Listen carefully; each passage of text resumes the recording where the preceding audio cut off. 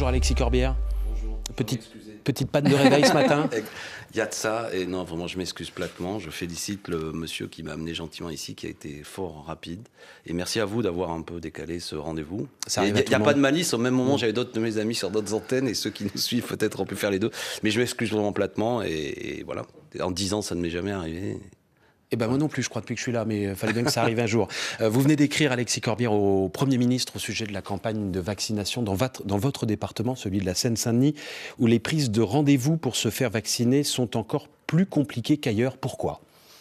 C'est la question qu'on pose. On est à peu près à 3,5%, je crois, de vaccination générale. On est autour de 1,5% en Seine-Saint-Denis, alors que c'est un département qui a été particulièrement touché, on le sait bien, lors du premier confinement. On avait des taux de mortalité, et c'était terrible, plus de 130% par rapport aux années précédentes. Alors certes, j'entends l'argument, c'est une population plus jeune, etc. Mais enfin, quand même, on a beaucoup de personnes âgées qui sont là dans des files d'attente. Moi, c'est très concret. Je suis dans une circonscription, Montreuil-Bagnolet, pour ceux qui connaissent. Le préfet m'avait annoncé au mois de janvier 3 centres de vaccination, puis on a réduit à un seul. L'hôpital André-Grégoire de Montreuil. On est à 200 doses par semaine pour une population de 180 000 habitants. Enfin bref, on est vraiment...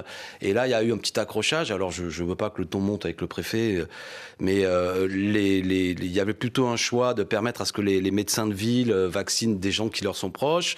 Vous voyez, que ça passe pas nécessairement par Doctolib, et le préfet veut que ça passe par Doctolib. Et justement, nous, ce qu'on pour constate... qu'on comprenne, qu'est-ce qui marche pas ? En fait, c'est certaines des populations en Seine-Saint-Denis n'ont pas accès à Internet pour pouvoir prendre rendez-vous, c'est ça ? C'est un constat, ça mérite d'être fouillé. Nous, on a le sentiment, quand je dis nous, c'est les élus locaux, que comme les gens sont peut-être moins habiles pour plein de raisons, plus âgés, moins accès à Internet, c'est plus difficile d'avoir accès à Doctolib. Et on constate des chiffres à préciser, qu'il y a au moins 30% de nos doses de Seine-Saint-Denis qui vaccinent des gens d'autres départements qui viennent parce qu'ils arrivent à attraper un rendez-vous en Seine-Saint-Denis. Alors pourquoi pas, on est accueillant, mais du coup ça réduit, et on a plutôt le sentiment que des gens qui sont plus experts, peut-être plus branchés, arrivent à trouver des rendez-vous en Seine-Saint-Denis. Bon, il y a un petit problème. C'est quoi, c'est les Parisiens qui sont venus se faire vacciner en Seine-Saint-Denis ? Oui, Hauts-de-Seine, Paris, etc. Bon.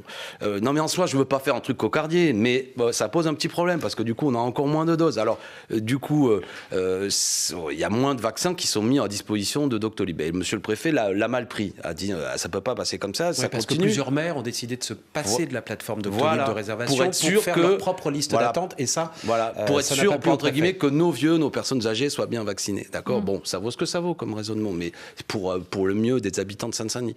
Et monsieur le préfet, apparemment, dans une réunion de travail, puis même un petit mail qu'il a envoyé, il a dit attention, faites pas comme ça, et si ça continue, j'en tirerai les conséquences. Bon, alors moi, j'espère avoir les meilleures relations avec monsieur le préfet. Je lui ai écrit, je dis on peut pas se parler comme ça. Enfin, je veux dire, ça veut dire quoi ? Qu'on ait moins de doses à l'avenir. Et puis par ailleurs, les doses, on les stocke pas pour. Je veux dire, c'est pour être sûr. Vous savez, on a des personnes âgées, des gens d'origine étrangère, enfin des étrangers même, etc. Il faut cette médecine de proximité pour s'assurer que les gens soient bien vaccinés. Et Doctolib, bon, je sais pas si vous avez essayé, ou si vos parents ont essayé. Moi, les miens en province, c'est compliqué, quoi. Je veux dire, passe du temps. Merci de le dire comme ça. Bon, donc voilà, là, et tout ça est surplombé par, de toute manière, je pense, nous n'avons pas assez de doses. Il y a un problème. Mais alors, qu'est-ce qu'il faut faire là ? Vous avez écrit au Premier ministre. Qu'est-ce que vous lui demandez ? Vous lui demandez en fait que seuls les habitants de Seine-Saint-Denis se fassent vacciner en Seine-Saint-Denis ? Moi, j'aimerais que déjà le plan qui était prévu au point de départ, qu'il y ait plus de centres de vaccination, soit assuré.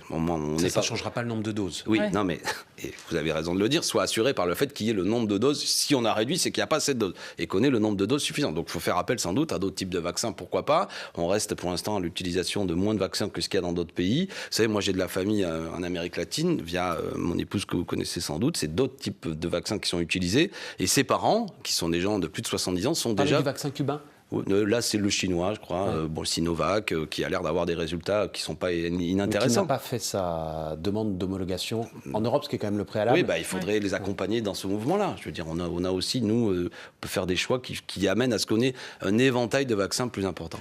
Mais surtout, au-delà de la pénurie et du fait sans doute qu'on a fait des choix à un moment donné. Vous connaissez nos critiques. Est-ce que je dois les dérouler à nouveau ? Par exemple, que Sanofi, auquel on a donné beaucoup d'argent, a quand même réduit ses centres de recherche. On est passé à une dizaine d'années. Non, mais c'est important parce qu'on est dans la main.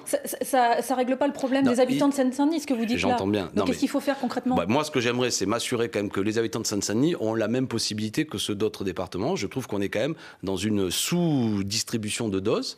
Mais je suis bien conscient, c'est pourquoi j'avance sur des œufs, que le problème qu'on a, c'est pas assez de vaccins et sans doute qu'on est trop dépendant de groupes pharmaceutiques étrangers pour ces vaccins. Et on aurait aimé qu'un pays comme le nôtre, qui a quand même souvent été pionnier dans cette affaire, soit un peu plus musclé à cette occasion. Et c'est pourquoi je me permets de citer Sanofi, ce groupe auquel nous avons accordé beaucoup d'aides, crédits, d'impôts, recherche par le passé, qui a reversé 4 milliards d'euros à ses actionnaires de dividendes et qui a fermé ses centres de recherche. J'étais en train de dire qu'il y en avait 11, je crois, il y a une quinzaine d'années. On en a 4 aujourd'hui. Ils vont en fermer un 3e. Ils licencient. Bon, voilà. On s'aperçoit que sur tous ces sujets, ça ne peut pas être uniquement la loi du marché. Je rappelle que le président de la République voulait que le vaccin soit bien commun de l'humanité. C'était peu ou prou sa formule. On en est loin. On est dans une affaire de business alors qu'il s'agit d'abord de santé publique. Alexis Corbière, maintenant que vous êtes là, vous restez avec nous. Merci. Et on se retrouve dans une minute, le fil info à 9h11, avec Mélanie Delaunay.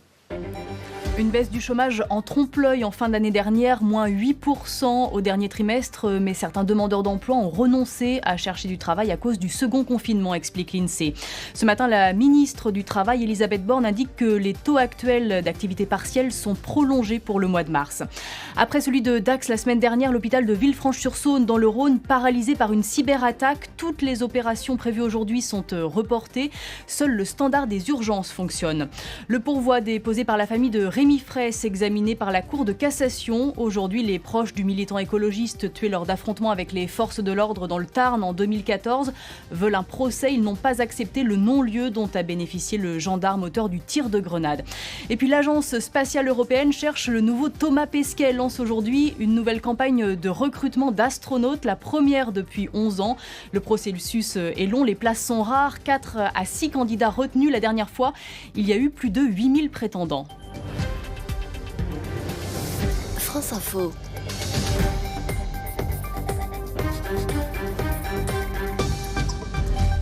Toujours avec Alexis Corbière, député de la France Insoumise de Seine-Saint-Denis. Le vote solennel du projet de loi confortant les principes républicains, c'est cet après-midi à l'Assemblée nationale. Quelle sera votre position ? La même que celle que nous avons exprimée au début du débat, il y a 15 jours. Nous sommes contre ce texte. Donc les débats n'ont pas fait évoluer votre Non, d'ailleurs, votre on a présenté 106 amendements. Aucun n'a été retenu. Bon. Ça aurait pu modifier éventuellement notre scrutin. Bon, c'est quoi le désaccord ? Déjà, que ceux qui nous écoutent n'aient pas l'impression que ce texte renforce nos moyens de lutte contre le terrorisme. D'accord ? Je dis ça parce que c'est l'entrée quand même de tout ça. Beaucoup de gens se disent il faut, face aux attentats que nous avons eu lieu, agir. Il n'y a pas plus de moyens pour nos services de renseignement. Il n'y a pas plus de moyens pour, dans ce texte-là, pour notre système Pharos, par exemple, qui surveille la haine en ligne, etc. Je le dis pour ramener tout ça à une formule simple. Le terrorisme, on lutte contre avec les méthodes de l'antiterrorisme. D'accord ? Et là, on a un texte qui déjà, il y a un biais, un désaccord avec que j'ai.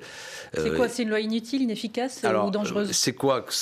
Il y a texte et contexte. C'est que ça fabrique un contexte qui donne l'impression que c'est en gros parce que les associations cultuelles musulmanes sont mal organisées, que c'est là le foyer, le terreau du terrorisme. Et moi, intellectuellement, ou sur la base de ce que les spécialistes nous disent, je ne suis pas d'accord.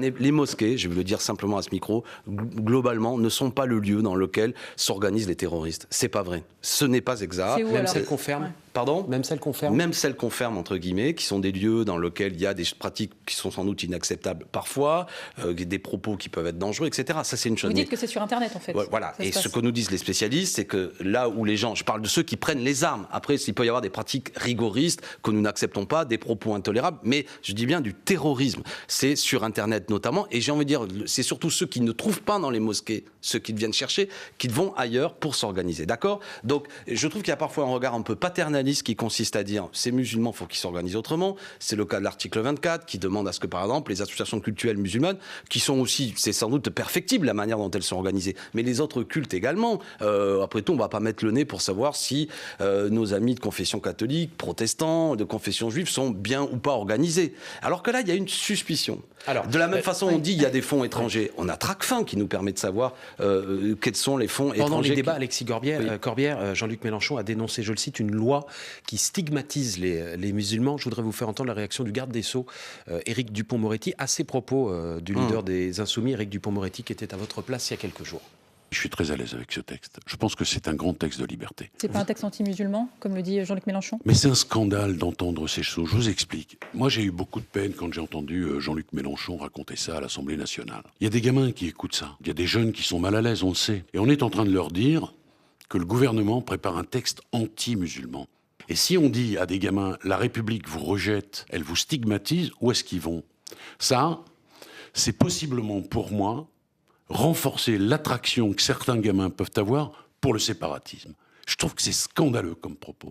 Alexis Corbière, est-ce que toujours vous pourriez nous mesuré. dire très clairement ce qu'il y a d'anti-musulmans aujourd'hui J'étais en dans train de vous le les dire. 51 articles? Oui. J'étais en train de vous le dire, c'est-à-dire qu'on a fait un texte qui, comment dirais-je, n'a aucun rapport, selon moi, avec le terrorisme, qui a eu pendant 3 jours de Qui n'est pas discussion. la portée de ce texte. Hein, loi Quoi ? Non, mais j'entends une bien. loi sur le D'accord. séparatisme. Non, mais c'est Ça, important. pas- il y en a eu une Rappelons-le. loi, Rappelons-le. terrorisme D'accord ? il y a quelques Parce que mois, ceux ouais. qui nous suivent, ceux qui nous écoutent, pensent parfois que ce texte permettait d'être plus efficace contre le terrorisme. Ce que je souhaite, que l'on soit plus efficace. D'accord ? Bon. Deuxièmement, dans ce texte, j'étais en train de vous le dire, c'est-à-dire c'est en gros l'idée qu'il y a un foyer, notamment dans le mouvement associatif du terrorisme, ce qui est globalement pas exact.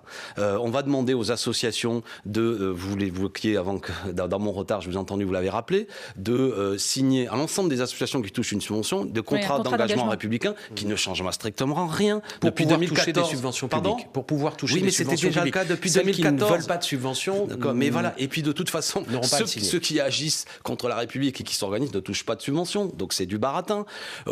Charte dans lequel on dit des choses qu'il ne faudra pas qu'il y ait de prosélytisme abusif. Moi, je vais vous dire une chose. Je suis pour qu'on subventionne pas du tout des gens qui font du prosélytisme. Donc qu'est-ce que ça veut dire prosélytisme Donc abusif ? c'est une loi plus inutile, Alors, si on vous suit bien, que dangereuse. Mais qui produit notamment ce qu'on a vu à l'Assemblée nationale, et vous avez cité M. Ciotti, 2 jours durant lesquels des gens ont dit qu'il faut interdire le foulard partout. Qui n'est pas dans la loi. Qui n'est pas l'intention du gouvernement, mais qui vraiment ouvre la porte à ce débat.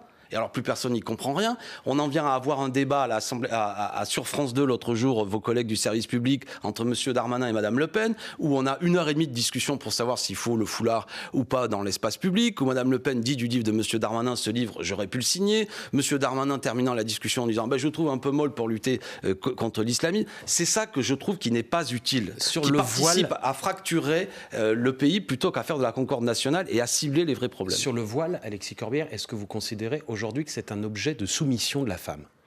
Mais moi, je n'ai pas à juger ce qui est un signe religieux. Je dis qu'à l'heure actuelle, le voile est autorisé. On a le droit d'avoir des signes religieux dans la rue. Un fonctionnaire et un élu, c'est ce que moi j'ai demandé au débat, tout le monde l'a refusé. Un élu ne doit pas participer à des cérémonies religieuses. On marionnait. Moi, je continue à penser que quand on est élu, on doit être neutre. Un fonctionnaire doit être neutre. Mais dans la rue, on fait ce qu'on veut. Si on veut mettre une kippa, on porte une kippa. Si on veut mettre un voile, on porte un voile. Si on veut mettre une Si on veut autour mettre un du voile cou, intégral, on met un voile intégral. non, mais après, la loi interdit certaines choses. Là, j'en parle. Mais soyons délicats. C'est pas la même chose le foulard musulman ou le foulard méditerranéen, j'ai envie de dire, qui était porté, y compris en Italie, par les femmes catholiques, etc. Bon, très bien, on peut en penser ce qu'on en veut. Moi, j'ai mon opinion intime sur tout ça, mais comme élu, j'ai pas donné mon opinion Qui sur les n'est pas la religions. même opinion que celle de l'élu de la République ? Votre opinion sur le voile ? Mais moi, j'ai à garantir aussi la liberté de conscience et donc la liberté de culte. Vous savez, la question des religions a déchiré ce pays pendant des siècles. La laïcité, c'est pas né comme ça dans un colloque. C'est l'idée d'abord qu'il faut arrêter de s'affronter sur les questions religieuses. Donc, on va faire la claire distinction entre ce qui est la sphère privée et la sphère publique. L'État, je voudrais terminer, s'il vous plaît, l'État, et donc ses fonctionnaires et ses élus doivent être neutres. Et le citoyen, lui, après, il peut pratiquer sa religion, voilà, dans la mesure où il respecte la loi, mais il n'est pas interdit, je le répète, dans l'espace public, d'avoir des signes religieux. Donc, quand je dis ça, qu'on m'écoute bien, je ne dis pas vive la kippa, vive le foulard, ou je ne sais trop quoi. Je n'ai pas à exprimer une opinion là-dessus. Mais par contre, j'ai à assurer des libertés publiques. Voilà, bon, est-ce que c'est pro ceci ou pro cela que de dire les choses ainsi? C'est un point de vue républicain et laïque. Ce qui est surprenant lors des débats, c'est qu'on a vu par exemple Jean-Luc Mélenchon se poser en défenseur des religions, là où il était plutôt... parfois anticlérical, parfois laïciste même. Je ne sais pas ce que ça veut dire laïciste, mais c'est pas grave. Moi, je connais la laïcité qui s'exprime dans la loi du 9 décembre 1905. Vous connaissez Jean-Luc Mélenchon mieux que nous. Oui, il mais l'a dit lui-même pendant le débat à l'Assemblée. Je comprends l'idée. l'idée. Du moins, c'était un laïc convaincu. Anticlérical. Jamais. Je crois même qu'il l'a dit pendant les débats. Quoi ?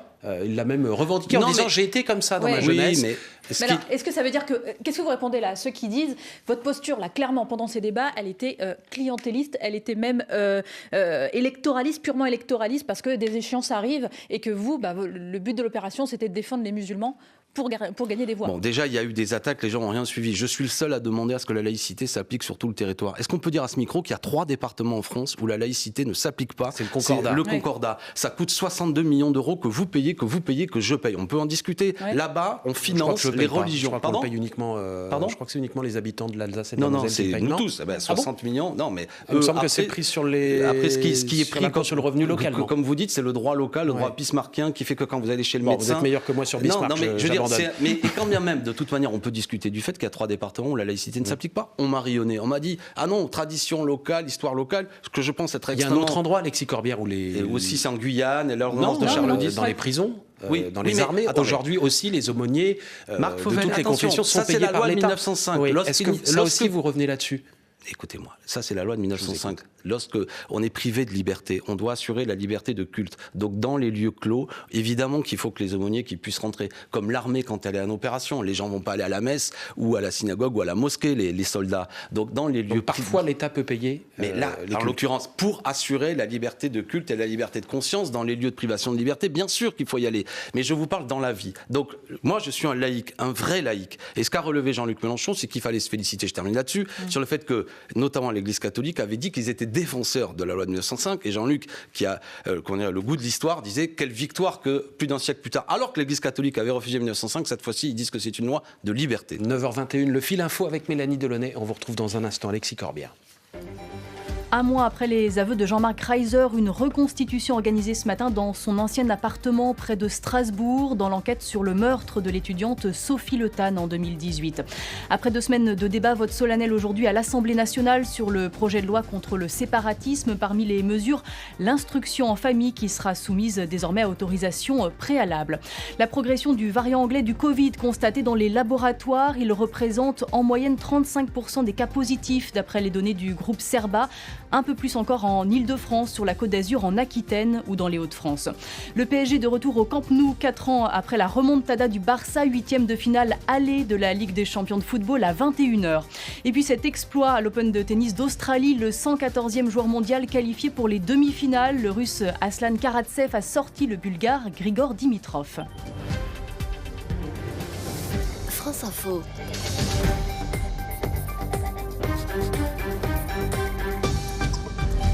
Alexis Corbière, plusieurs élus de droite en réclament la révocation du maire de Trappes, Ali Rabet, après qu'il soit entré dans un lycée, celui où exerçait le professeur de philosophie Didier Lemaire, qui se plaint de la montée de l'islamisme dans la ville et de ses difficultés d'enseigner dans l'établissement en question. Ali Rabet s'est donc rendu devant le lycée, devant son lycée, a distribué des tracts aux élèves et puis est entré dans l'établissement pour discuter avec les élèves. Est-ce que c'est son rôle? Est-ce que c'est son rôle de maire de faire ça? Il est membre du conseil d'administration de ce lycée. Il est rentré dans l'établissement sans que quiconque ne lui a empêché.